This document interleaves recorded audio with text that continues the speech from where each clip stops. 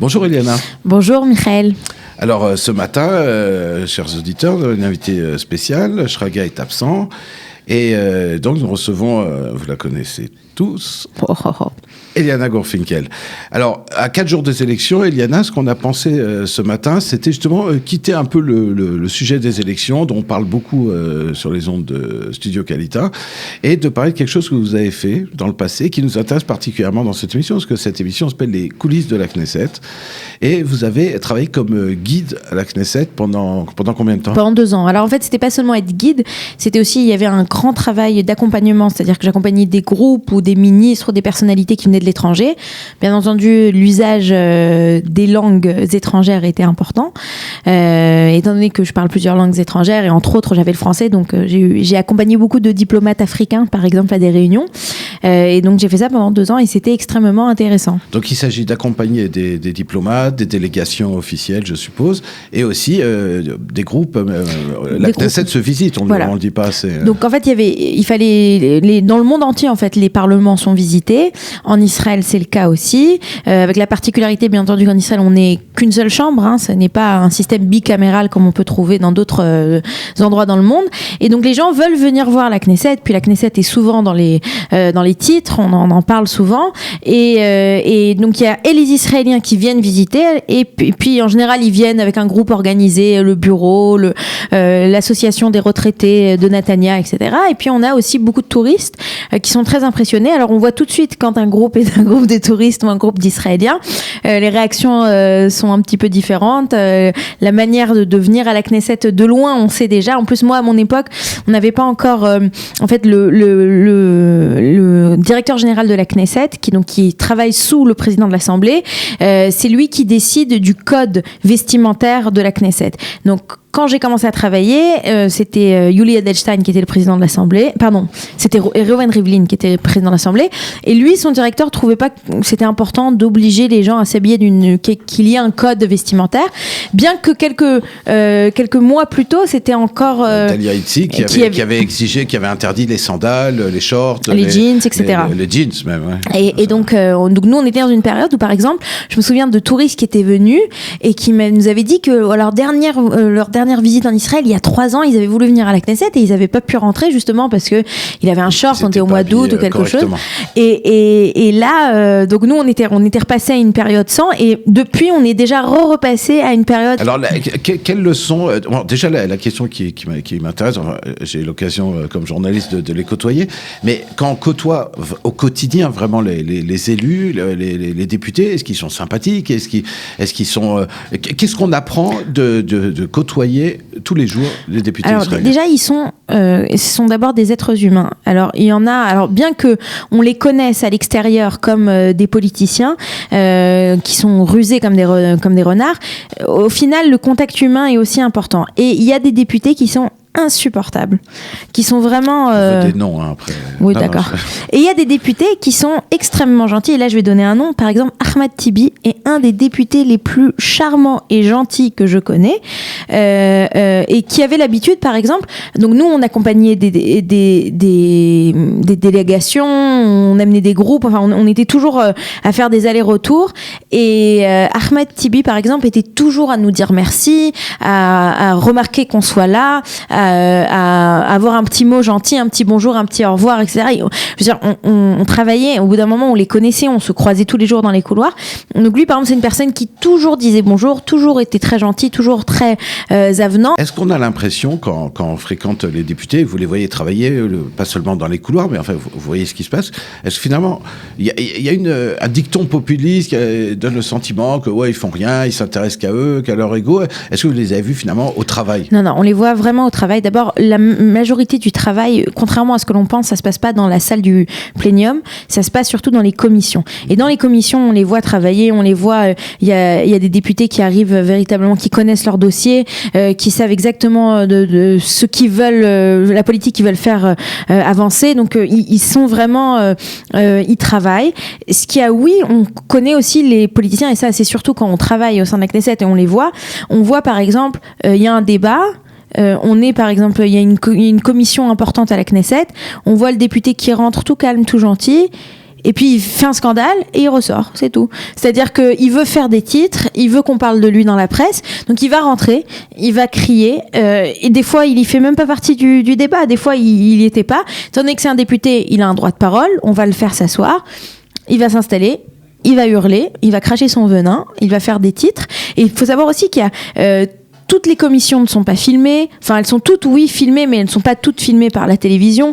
Donc, il y a des salles où le système aussi des caméras est plus important. On sait, par exemple, que quand il y a un débat en salle Negev, alors le débat, il y a plus de chances qu'il soit diffusé que si le débat... C'est pour les députés d'être présents. Donc, voilà, donc on les voit arriver, on connaît... moi, je me souviens, un jour, il y avait la commémoration de je ne sais plus quoi. Et donc c'était dans la salle Chagall et il y avait différents politiciens qui sont montés à l'estrade pour parler et j'étais assise à côté de Marc Israël Selam qui lui n'était pas assis mais qui était en train de prendre des photos, enfin j'étais à côté de lui et il y a Bibi qui est monté au podium et il m'a dit regarde, attention, 1, 2. Et au même moment où il clique avec son appareil, Bibi fait un grand geste de main. Il me dit voilà, Bibi, il fait des grands gestes de main, il a l'habitude, il sait utiliser son corps quand il fait un discours. Et donc c'est qu'une question, on sait quand est-ce que les mains vont se lever, les mouvements, quand est-ce qu'il va tourner, etc.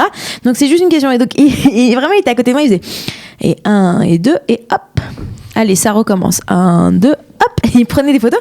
Et en fait, quand on les côtoie, ces gens-là, on apprend, entre guillemets, leurs habitudes. Et par exemple, Bibi, on le sait, Bibi a été formée.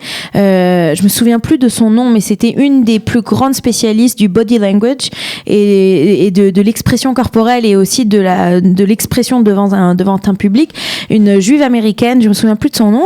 Je ne peux pas aider. Et voilà, et ça a été, elle a véritablement fait une formation à Bibi. Tout le monde sait qu'elle a fait cette formation à Bibi.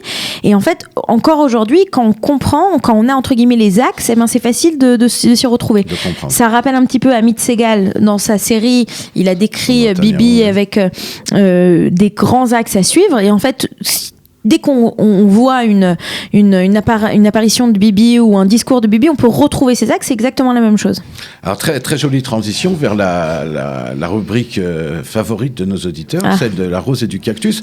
Alors, ce qu'on a décidé, c'est que finalement, à 4 jours des élections, on a parlé ces derniers mois des petites histoires de la Knesset, mais surtout de cette campagne, enfin de ces 3 campagnes, parce qu'on arrive à la fin de la 3e campagne. On arrive fatigué à la fin de ces 3 campagnes. Tout à fait. Et en fait, on a essayé de donner et la rose et le cactus aux 2 principaux candidats, on va dire, Benny Gantz à la tête de la liste bleu-blanc et Benjamin Netanyahou à la tête du Likoud. Alors, on va commencer par le cactus.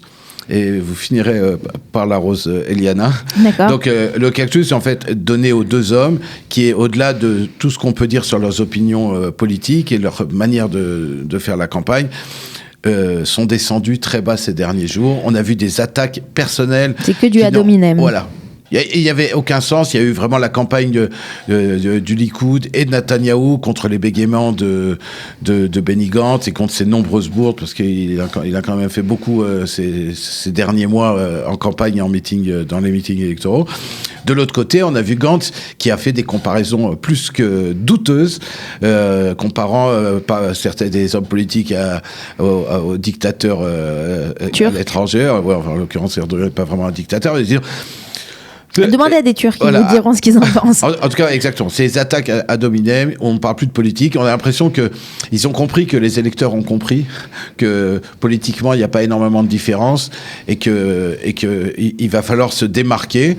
Et donc chacun joue ses cartes personnelles et surtout cette semaine. Disons qu'en Israël, on est censé voter pour une liste et là, on se rapproche peut-être d'une élection où on sait vraiment qu'en fait, on ne vote pas pour la liste, on vote surtout pour le numéro 1 du Likoud et le numéro 1. On l'a répété, voilà. C'est vraiment pour ou contre Netanyahou.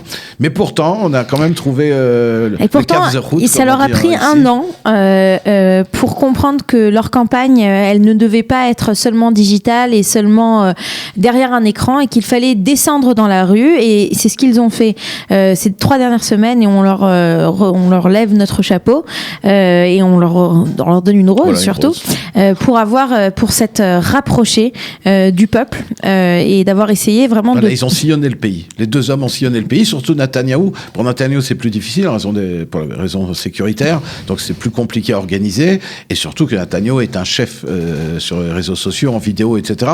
Et là, il a montré une fois de plus que le public avait oublié, c'est qu'il arrivait du sud au nord du pays, et qu'il est sur une scène, et que c'est fascinant de le voir. Alors Gantz est un moins bon orateur, mais il tente, et il va lui aussi, il a sillonné le pays, et c'était plutôt agréable de les voir rencontrer des vrais gens. Et je dis, serrer des mains, ce qui est finalement le rôle des politiques. On voit ça aux États-Unis. Et ils font des campagnes, ils sont dans la rue, quoi. Ils sont dans les marchés. Même le système, et là, ça manquait un peu. Le système américain demande ça, oblige, puisque le système américain, c'est une représentation qui est locale. Donc, ils n'ont pas le choix. La même chose en France. Mais aux États-Unis, véritablement, ils sont obligés d'être présents. Et ça, en Israël, comme on n'a pas de représentation locale, bien que j'ai découvert il n'y a pas longtemps que à l'époque du mandat britannique, donc quand on n'avait pas encore l'équivalent de l'ancêtre de la Knesset, eh bien oui, on avait des représentations qui étaient locales à cette époque. C'est intéressant. Voilà. On pourra en entendre plus dans Un jour une histoire. Un jour notre histoire. Un jour notre histoire, pardon. Oui, c'est vrai. Ça c'est une émission concurrente. Eh ben, si on parle d'émissions, autant en parler des prochaines émissions. C'est des émissions spéciales qui se profilent devant nous. On se retrouve le soir des élections. À quelle heure, Eliana ? À partir entre 9h15 et 9h30, on commencera ici une émission en live. Donc pour véritablement voir les premières estimations. Bien que l'on sache que les premières estimations ne veulent souvent donnent une tendance, mais peuvent changer au milieu de la nuit. Et c'est la raison pour laquelle, le lendemain matin, à 8h. À 8h. Mardi matin, dans ce studio en direct, on retrouvera donc aussi des journalistes et moi-même les journalistes. Pour commenter donc les premiers résultats. À nouveau, c'est pas les résultats définitifs, mais en général, le matin, on sait plus ou moins ce qui se passe. Et on saura si on aura des 4e élections ou pas. Voilà, et on saura, on pourra donner la date du prochain direct pour la 4e élection. Et alors, ne pas oublier, après les élections, il y a une autre date importante, Eliana. Et une autre date, donc entre Pourim et les élections, on a une date très importante qui est une grande opération. Tzedaka Israël by Kalita. Kalita a décidé donc de se mobiliser et de mobiliser surtout beaucoup de personnes autour d'elle pour créer un fonds d'urgence pour des familles francophones en Israël qui ont donc des difficultés, des accidents de parcours qui font que des fois elles se retrouvent dans des situations extrêmement difficiles. Qu'est-ce qui se passe le 8 mars ? Alors le 8 mars, on va avoir une journée en fait où on va appeler pour lever des fonds. Chaque personne qui donnera une petite somme, eh bien toutes ces petites sommes. Chaque grande personne qui donnera une petite somme. Voilà, chaque grande personne qui donnera une petite somme, eh bien on espère arriver à de grands chiffres, et pour pouvoir, eh bien avec cet argent développer un fonds d'entraide. Et puis étant donné qu'à Kalita à plusieurs reprises on s'est tourné vers nous et on nous a demandé de l'aide, c'est la raison pour laquelle il a été décidé de se lancer. Voilà, merci Eliana, et merci aux auditeurs, et surtout allez voter. Allez voter.